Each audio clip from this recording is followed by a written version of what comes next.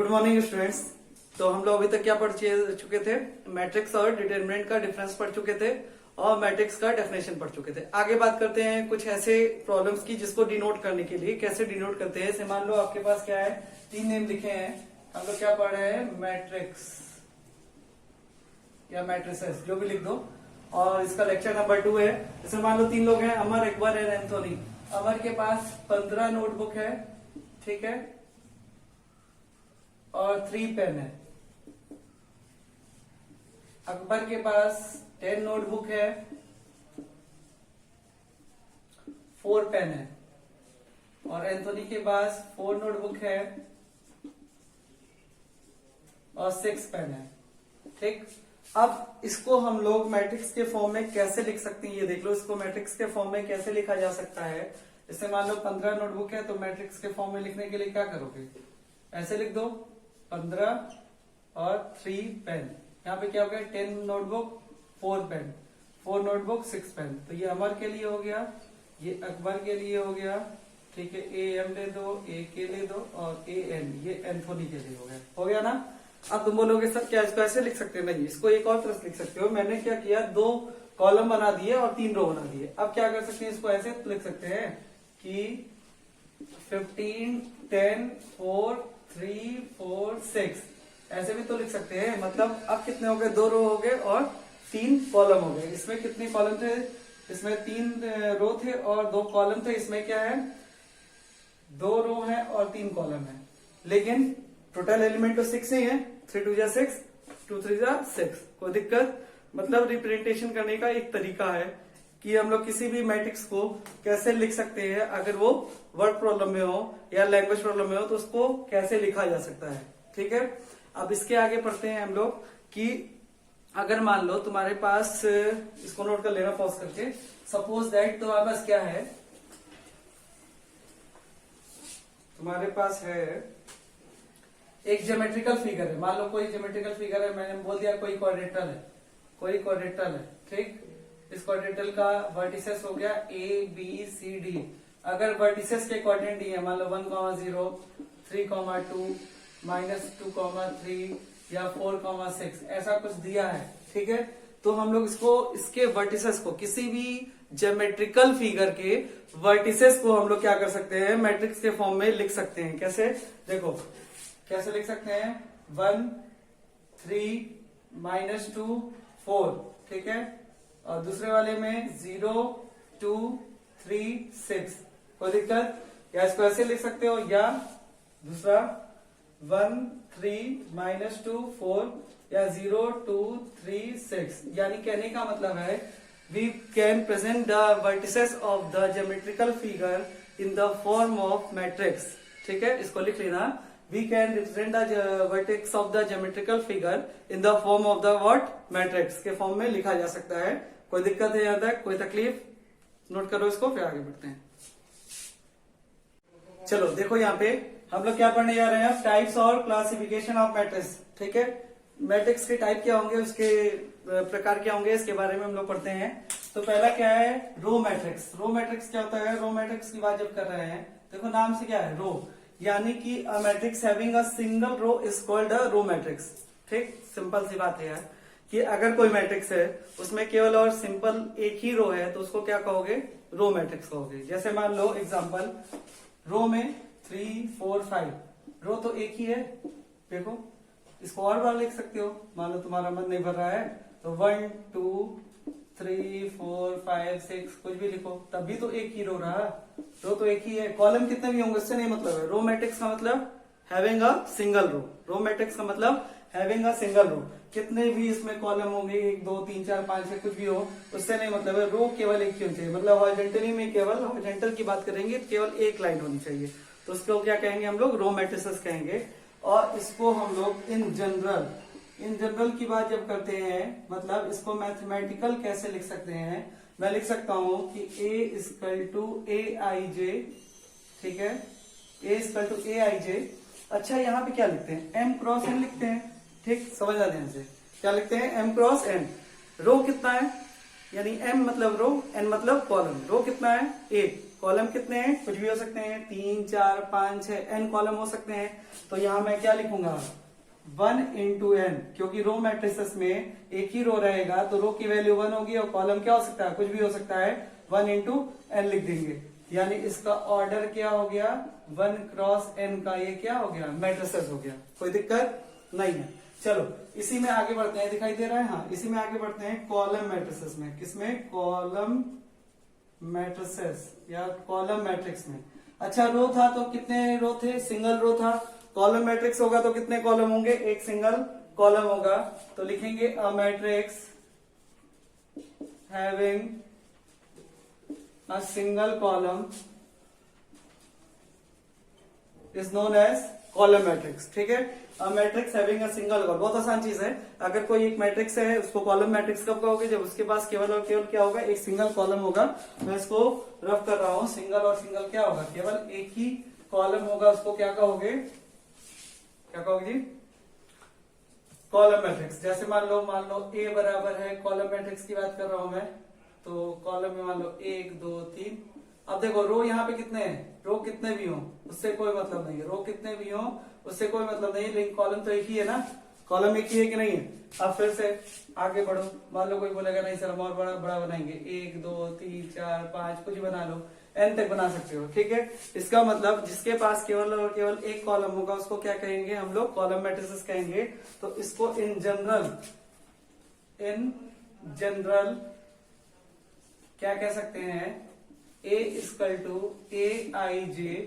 ठीक है, ऑर्डर क्या होगा इसका, देखो कॉलम क्या है, कॉलम मैट्रिक्स है तो कॉलम कितने हो जाएगी, कॉलम तो एक ही होगा, तो n की वैल्यू तो एक ही होगी, लेकिन रो तो कुछ भी हो सकता है ना, यानी n क्रॉस 1 का मैट्रिसेस हो गया। क्या हो गया, n क्रॉस 1 का, और उसका ऑर्डर कितना हो गया, ऑर्डर कितना हो गया, n क्रॉस 1, और उसमें क्या था 1 क्रॉस n। कोई दिक्कत, रो और कॉलम मैट्रिक्स क्लियर है कि नहीं है। देखो तुम्हारे बोर्ड्स में क्या है, अब समझा रहा हूं, तुम्हारे बोर्ड्स में कुछ limited he types of matrices दिए हुए हैं, लेकिन मैं कुछ एक्स्ट्रा भी बताऊंगा तो उसको ही पढ़ लेना, वो फालतू नहीं जाएगा, कहीं ना कहीं काम आएगा। ठीक है, तो उसको भी दिमाग से पढ़ लेना, समझ लेना, ये नहीं कि केवल जो तुम्हारे बोर्ड में है वही पढ़ना है, उसके अलावा जो एक्स्ट्रा चीज होगी उसको भी पढ़ लेना। कोई दिक्कत, चलो उसको नोट करो फिर आगे बढ़ते हैं।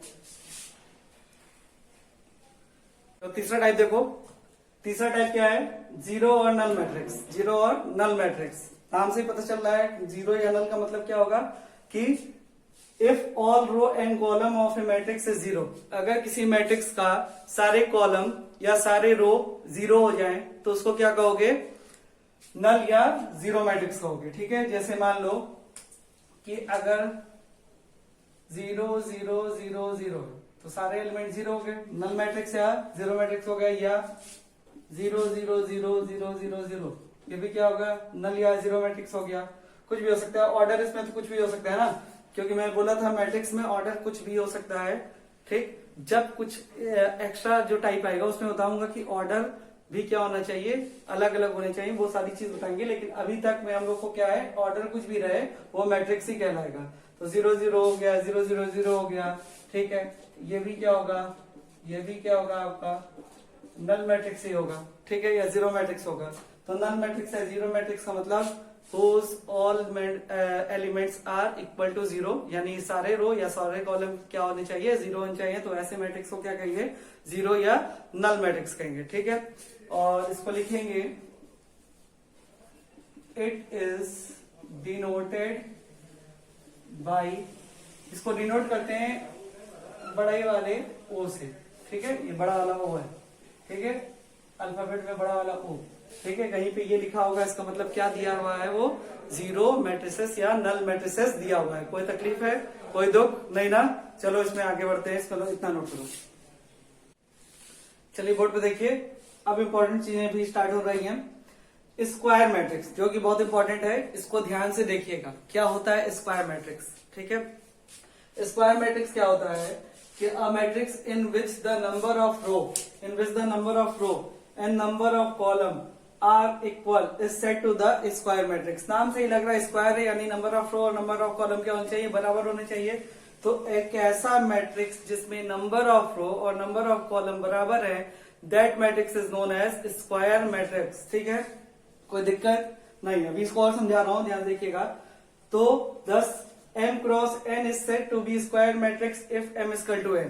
कहने का मतलब है जैसे मान लो कि हमारे पास क्या है a11 a12 a13 a21 a22 a23, ठीक है, थोड़ा सा बड़ा बना लो इसको, a31 a32 a33, ठीक है। अच्छा ये कितने क्रॉस कितने का मैट्रिक्स हुआ, 3 क्रॉस 3 का। तो इसको हम लोग क्या बोलने लगे, इसको स्क्वायर मैट्रिक्स बोलने लगे। तो तभी हम लोग स्क्वायर मैट्रिक्स बोल पाएंगे, उसी दिन स्क्वायर मैट्रिक्स बोलेंगे जिस दिन नंबर ऑफ रो बराबर क्या होगा, नंबर ऑफ कॉलम होगा। अगर नंबर ऑफ रो और नंबर ऑफ कॉलम बराबर, सॉरी, नंबर ऑफ रो और नंबर ऑफ कॉलम बराबर नहीं है तो वो row matrix, sorry, square matrix नहीं है, ठीक। यानी कि एक सिंपल सी बात दिमाग में, जिस दिन नंबर ऑफ रो और नंबर ऑफ कॉलम बराबर हो गए तो उसको स्क्वायर मैट्रिक्स कहेंगे। और नंबर ऑफ रो और नंबर ऑफ कॉलम बनाने के बराबर होने के लिए वो कैसा होना चाहिए, m और n की वैल्यू क्या होनी चाहिए, इक्वल होनी चाहिए। m मतलब रो और n मतलब कॉलम। कोई दिक्कत, कोई तकलीफ नहीं ना, सही है। यहाँ तक इसको नोट करिए, फिर आगे बढ़ते हैं। जल्दी नोट करिए, पॉज नहीं करूंगा, इसको नोट करिए।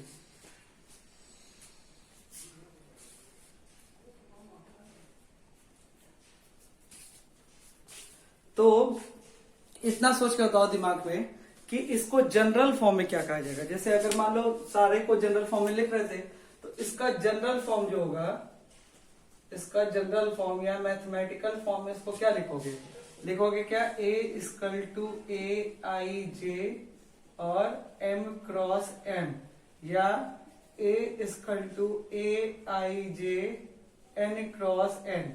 मतलब m क्रॉस n भी हो सकता है, n क्रॉस n भी हो सकता है, s क्रॉस s हो सकता है, t क्रॉस t हो सकता है। मतलब जो भी ऑर्डर होगा, वॉट एवर द ऑर्डर, ठीक है, वो क्या होना चाहिए, बराबर होना चाहिए। रो और कॉलम बराबर, 3 इंटू 3, 3 क्रॉस 3, 4 क्रॉस 4, 2 क्रॉस 2, तभी स्क्वायर मैट्रिक्स कहेंगे जब उसमें रो और कॉलम क्या होंगे, दोनों बराबर होंगे। जल्दी नोट करो फिर आगे बढ़ा जाए। चलो एक चीज देखो ध्यान से कि ये तो मैंने बना दिया।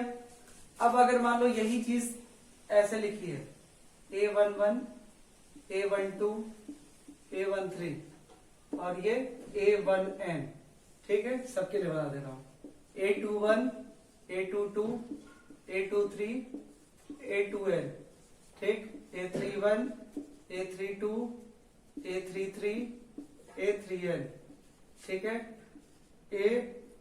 an1 an2 an3 ann, ठीक है।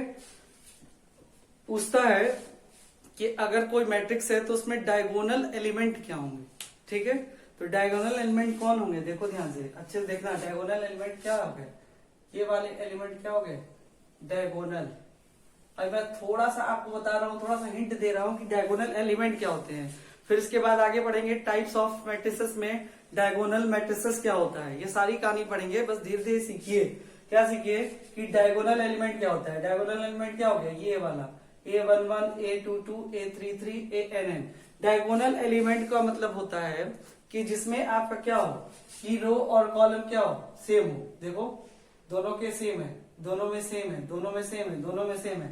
यानी a11 a22 a33 dot dot dot ann, ये क्या दिखाता है, ये दिखाता है आपको डायगोनल एलिमेंट को दिखाता है। याद रहेगा ना। देखो ये छोटी छोटी चीज है, बुक में सारी कुछ चीजें दी रहती हैं, लेकिन क्या होता है कि स्किप कर जाते हैं हम लोग, देखते नहीं हैं।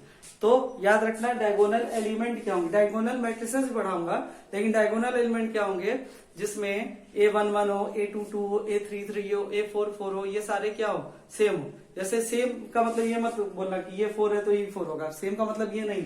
मतलब a11 मतलब a12 नहीं होगा, a13 नहीं होगा, ये सारे नहीं होंगे। यानी कि a11 a22 a33 a44 a55 ann, इस तरह के जितने भी होंगे इसको क्या बोलेंगे हम लोग, डायगोनल एलिमेंट बोलेंगे। नोट करिए जल्दी से इसको भी। चलो भाई ध्यान दो, बहुत ध्यान से इस चीज को समझना, ठीक है। क्या लिखा हो, डायगोनल मैट्रिक्स, बहुत अच्छे समझना है इसको। Diagonal matrix, square matrix A जो लिखे थे सिंबल लास्ट वाले में, is said to be diagonal matrix if all its non diagonal elements are 0, ठीक है। नीचे वाली लाइन बाद में समझेंगे, पहले ऊपर वाली लाइन समझ लो, ठीक है। और एकदम बेसिक चीज दिमाग में रखना, देखो जो 1 नंबर के क्वेश्चन आए थे इस वाली ऑब्जेक्टिव वाले में, उसमें तुम लोग का जो था क्वेश्चन वो इन्हीं सब चीजों से आया था कि आपका बेसिक कितना स्ट्रांग है। जिसका बेसिक ज्यादा स्ट्रांग होगा वही ये एक एक नंबर के क्वेश्चन कर पाया है, और जिसका बेसिक स्ट्रांग नहीं है वो एक एक नंबर के क्वेश्चन छोड़ के आया है।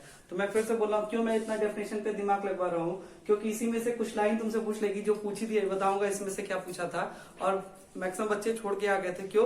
क्योंकि ध्यान से देखे नहीं थे या ध्यान से वो डेफिनेशन को नहीं समझे थे, बस इतना समझ लिए थे कि स्क्वायर है तो डायगोनल है। ये नहीं समझना है। पहले देखो, सबसे पहले डायगोनल मैट्रिक्स के लिए इंपॉर्टेंट क्या होना चाहिए, एक सेकेंड। डायगोनल मैट्रिक्स के लिए इंपॉर्टेंट क्या होना चाहिए कि पहला पॉइंट देखो दिमाग में, स्क्वायर मैट्रिक्स इतना is said to be diagonal matrix. मतलब कोई डायगोनल मैट्रिक्स कहलाएगा ही तब कहलाएगा जब वो क्या हो, स्क्वायर हो। अगर कोई मैट्रिक्स स्क्वायर मैट्रिक्स नहीं है तो वो डायगोनल मैट्रिक्स नहीं होगा, याद रखना। तो डायगोनल होने के लिए सबसे पहली बात जो जरूरी है वो क्या है कि उसको स्क्वायर होना चाहिए। डायगोनल मैट्रिक्स होने के लिए सबसे पहली बात क्या होनी चाहिए, वो स्क्वायर मैट्रिक्स होना चाहिए। यही पूछा था क्वेश्चन एग्जाम में कि क्या डायगोनल मैट्रिक्स कैसा होना चाहिए, कि which type of matrix is a diagonal matrix. तो उसमें कई सारे ऑप्शन दिए थे, वहां पे स्क्वायर मैट्रिक्स लिखा। तो एक स्क्वायर मैट्रिक्स ही डायगोनल मैट्रिक्स हो सकता है। बाकी उसकी और भी कंडीशन है, लेकिन उसकी पहली जो कंडीशन है जो फॉलो होनी चाहिए वो क्या होनी चाहिए कि स्क्वायर मैट्रिक्स होना चाहिए। उसको एक स्क्वायर मैट्रिक्स होना चाहिए, तभी वो डायगोनल कहलाएगा। तो किसी भी डायगोनल मैट्रिक्स को होने के लिए सबसे पहले उसका क्या होना जरूरी है, स्क्वायर मैट्रिक्स होना जरूरी है। ठीक, समझ में आ गया। ठीक, दूसरा पॉइंट देखो, अगर वो स्क्वायर मैट्रिक्स है तो वो डायगोनल हो गया, और डायगोनल है तो क्या क्या कंडीशन होनी चाहिए तब उसको डायगोनल कहेंगे। तो उसके जो नॉन डायगोनल एलिमेंट है, कौन से element, non diagonal elements. Non diagonal elements का मतलब देखना ध्यान से कि वैसे मान लो मैंने 3x3 का एक मैट्रिक्स बना दिया, ठीक है, और मैंने यहाँ लिख दिया A11, A12, A13, A21, A22, A23, A31, A32, A33। अब देखो मैं बताया हूँ डायगोनल एलिमेंट क्या होते हैं, ये वाले होते हैं। इसके अलावा जितने भी होंगे वो क्या होंगे, नॉन डायगोनल होंगे। ठीक है, तो नॉन डायगोनल होंगे तो वो किसके बराबर होंगे, 0 0 0, ठीक, 0 0 0। याद रखना, कोई भी मैट्रिक्स डायगोनल मैट्रिक्स कब होगा, जब वो कुछ कंडीशंस को फॉलो करेगा। पहला कंडीशन होगा, पहली बात कि वो स्क्वायर मैट्रिक्स होना चाहिए। दूसरी बात, उसके नॉन डायगोनल एलिमेंट जो डायगोनल में नहीं है वो 0 होने चाहिए। ठीक है, समझ में आया, बहुत अच्छी कहानी है। और एक चीज और याद रखना, जो बच्चे सोचते हैं सर कि सर नॉन डायगोनल एलिमेंट तो आपने बोल दिया 0 है, तो डायगोनल एलिमेंट हमेशा 0, मतलब डायगोनल एलिमेंट जो होगा वो 0 नहीं होना चाहिए। नहीं, ऐसा नहीं है। सुनो, ये देखो ये वाली line, here that diagonal element may और may not be equal to 0। मेरी बात समझना, जरूरत क्या है डायगोनल होने के लिए, जरूरत है कि स्क्वायर होना चाहिए, जरूरत है कि नॉन डायगोनल एलिमेंट 0 होने चाहिए। लेकिन इस वाले एलिमेंट की, डायगोनल एलिमेंट की कोई बात नहीं किया है, यानी कि डायगोनल एलिमेंट 0 हो भी सकता है और नहीं भी हो सकता है। समझ में आया, 0 हो भी सकता है और नहीं भी हो सकता है। लेकिन मेन रिक्वायरमेंट क्या है कि स्क्वायर मैट्रिक्स होना चाहिए, और दूसरा क्या होना चाहिए, नॉन डायगोनल एलिमेंट किसके बराबर होना चाहिए, 0 के बराबर होने चाहिए। तो अगर मैं इसको जनरल फॉर्म में, इन जनरल फॉर्म में लिखूं, इन जनरल फॉर्म में, अगर जनरल फॉर्म में इसको लिखा जाए तो क्या लिखा जाएगा, लिखूंगा मैं A इक्वल टू AIJ। ठीक है, A इक्वल टू AIJ। ठीक, अब इसमें क्या करना है, A इक्वल टू AIJ, ये सारा क्या होना चाहिए, किसके बराबर होना चाहिए, 0 के। किसके बराबर होना चाहिए, 0 के। कब ये 0 बराबर होगा, जब I और J की वैल्यू बराबर नहीं होगी तब। जब I और J की वैल्यू बराबर नहीं होगी तब ये क्या होना चाहिए, 0 के बराबर होना चाहिए। दिमाग में बैठा हो एक चीज, क्या लिखा हूं मैं, ये समझ में आ गया, ये समझ में आ गया। ये देखो, इन जनरल मैं लिखा हूं AIJ इक्वल टू 0 होना चाहिए। कब, एक स्पेसिफिक कंडीशन है कब 0 होना चाहिए, जब I is not equal to J। ठीक है, अब देखो ध्यान से, क्या यहाँ पे A12 होता है तो क्या I और J बराबर है, नहीं बराबर है। देखो तो ये 0 हो गया। क्या 13 होता है, I और J बराबर है, नहीं बराबर है, तो ये 0 हो गया। मतलब जहां जहां I और J बराबर नहीं होंगे वहां वहां क्या होगा, 0 के टर्म में लिख देंगे, कोई दिक्कत नहीं ना। मतलब कि समझ लो अच्छे से ध्यान से, मैं जान रहा हूं कंफ्यूजन हो सकता है। जहां जहां आई और जे बराबर नहीं होंगे, ठीक, वहां वहां क्या होगा, 0 होगा। एकदम बस इतना दिमाग में बैठा लो, बीच वाले डायगोनल एलिमेंट की बात छोड़ दो थोड़ी देर के लिए, बस इतना सोचो स्क्वायर मैट्रिक्स होना चाहिए, और जहां जहां आई और जे बराबर नहीं होंगे वहां पे क्या हो जाएगा, 0 बन जाएगा। यानी ए आई जे इक्वल टू 0, ए आई जे जो टर्म होगा 0 होगा, कब होगा, जब आई और जे बराबर नहीं होंगे। बस कहानी इतनी सी थी, खत्म हो गई। चलो नोट करो इसको।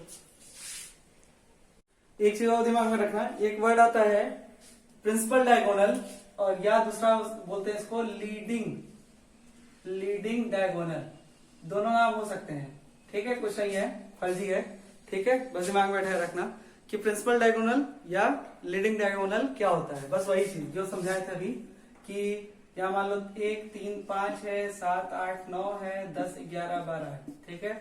तो ये वाला जो होगा ये प्रिंसिपल डायगोनल हमेशा होगा, मतलब लेफ्ट से राइट की ओर जो डायगोनल में होगा वही हमेशा क्या कहलाएगा, प्रिंसिपल डायगोनल या लीडिंग डायगोनल, एलडी या पीडी।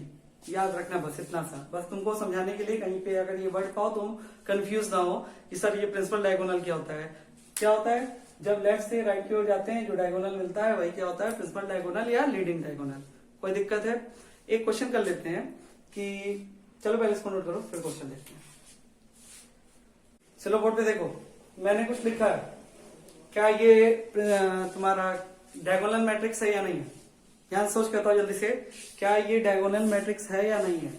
देखो ध्यान से, डायगोनल मैट्रिक्स है, क्यों है? सबसे पहली बात ये स्क्वायर है, 3 क्रॉस 3 का है तो ये स्क्वायर हो गया, पहला कंडीशन फॉलो कर दिया। दूसरा क्या है कि इसमें देखो नॉन डायगोनल एलिमेंट क्या है, 0 है, केवल डायगोनल एलिमेंट कुछ है, नॉन डायगोनल एलिमेंट क्या है, 0 है, तो नॉन डायगोनल एलिमेंट 0 भी हो गए, यानी ये दोनों कंडीशन दोनों क्राइटेरिया को फॉलो कर रहा है, तो ये कैसा मैट्रिक्स हो गया, डायगोनल मैट्रिक्स हो गया। अब ये क्वेश्चन ये था कि इफ A इक्वल टू इतना is a diagonal matrix and diagonal matrix, then how can we denote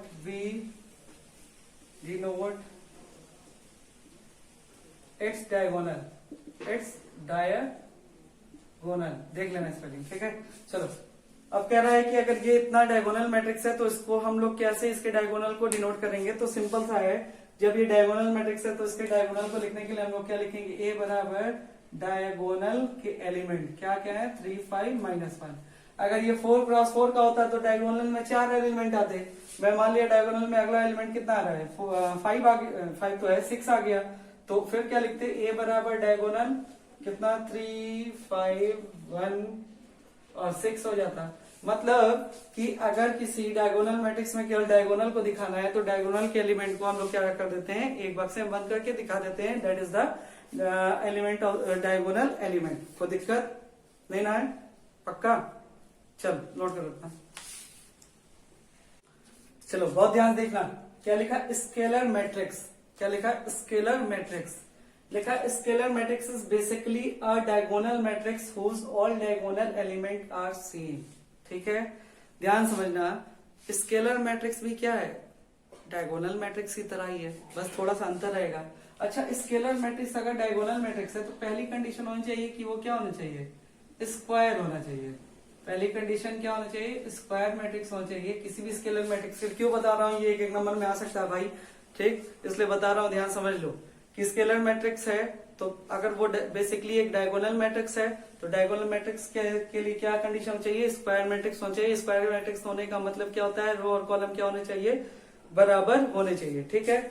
अब दूसरी चीज इसमें है कि whose diagonal elements are same. जैसे मान लो मैं एक डायगोनल मैट्रिक्स बना रहा हूं, अगर डायगोनल मैट्रिक्स बना रहा हूं तो इसमें डायगोनल को छोड़ दिया जाए तो सारे एलिमेंट कितने होंगे, 0 होंगे, सारे एलिमेंट कितने होंगे, 0 होंगे, बस डायगोनल के एलिमेंट 0 नहीं होंगे, या हो भी सकते हैं, इससे कोई मतलब नहीं है। लेकिन जब हम लोग बात करते हैं स्केलर मैट्रिक्स की तो बेसिकली वो डायगोनल मैट्रिक्स तो होता है, तो डायगोनल मैट्रिक्स के लिए कंडीशन क्या है कि नॉन डायगोनल एलिमेंट जो होने चाहिए 0 होने चाहिए, लेकिन स्केलर में एक एडिशन हो गया कि उसके जो डायगोनल एलिमेंट होने चाहिए वो सेम होने चाहिए। तो सेम का मतलब अगर ये 4 है तो ये भी क्या होगा, 4, अगर ये 5 है तो ये तीनों क्या होंगे, 5, ये 6 है तो ये क्या होगा 6, ये -1 है तो ये भी क्या हो जाएगा -1। इसका मतलब कि डायगोनल मैट्रिक्स को ऐसे मैट्रिक्स को स्केलर मैट्रिक्स ऐसे मैट्रिक्स को कहते हैं जो कि डायगोनल हो और साथ साथ उसके जो डायगोनल के एलिमेंट होने चाहिए वो क्या होने चाहिए, सेम होने चाहिए। ठीक, अब यहीं पे एंड करता हूं क्योंकि वीडियो लंबा बन गया है। इसमें अभी बहुत से टाइप बचे हुए हैं जो हम लोग को समझने हैं, बोर्ड्स के लिए भी और कंपटीशन के लिए भी आगे काम आएंगे। तो आज हम लोग पढ़े क्या, टाइप्स ऑफ मैट्रिसेस में हम लोग रो मैट्रिक्स पढ़े जिसमें एक रो सिंगल रो होना चाहिए, कॉलम में एक सिंगल कॉलम होना चाहिए। फिर उसके बाद क्या पढ़े हम लोग, स्क्वायर मैट्रिक्स पढ़े। स्क्वायर मैट्रिक्स का मतलब क्या होता है, जिसमें रो और कॉलम सेम होने चाहिए। ठीक, कोई दिक्कत। फिर हम लोग डायगोनल मैट्रिक्स पे आए। डायगोनल मैट्रिक्स में वो स्क्वायर होना चाहिए पहली कंडीशन, उसके नॉन डायगोनल एलिमेंट 0 होने चाहिए। ठीक है, और डायगोनल एलिमेंट 0 हो भी सकते हैं, नहीं भी हो सकते हैं, इसमें कोई क्राइटेरिया नहीं है। ठीक है, फिर आते हैं हम लोग स्केलर मैट्रिक्स पे। किस पे, स्केलर पे। स्केलर पे पहली बात तो डायगोनल है तो स्क्वायर होना चाहिए, और डायगोनल है तो उसके नॉन डायगोनल एलिमेंट 0 होने चाहिए। और तीसरी कंडीशन और जुड़ गई इसमें स्केलर में, किसके जो डायगोनल एलिमेंट हैं वो क्या होने चाहिए, सेम होने चाहिए।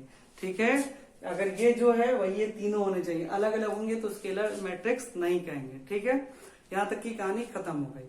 अब हम लोग लगभग कितने टाइप पढ़ चुके हैं, हम लोग 5 टाइप पढ़ चुके हैं आज। ठीक है, और इसके अलावा भी हम लोग अब 5 से 6 टाइप और पढ़ेंगे इसमें। ठीक है, जब 5 से 6 टाइप पढ़ लेंगे तब हम लोग आएंगे एक्सरसाइज पे, और एक्सरसाइज के बाद कुछ ऑपरेशन देखेंगे। ऐसे कहानी आगे बढ़ते रहेगी।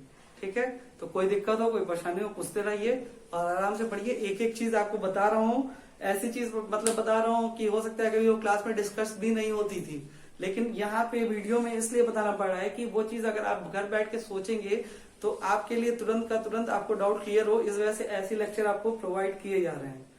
कोई दिक्कत हो पूछेगा, तब तक के लिए थैंक यू क्लास।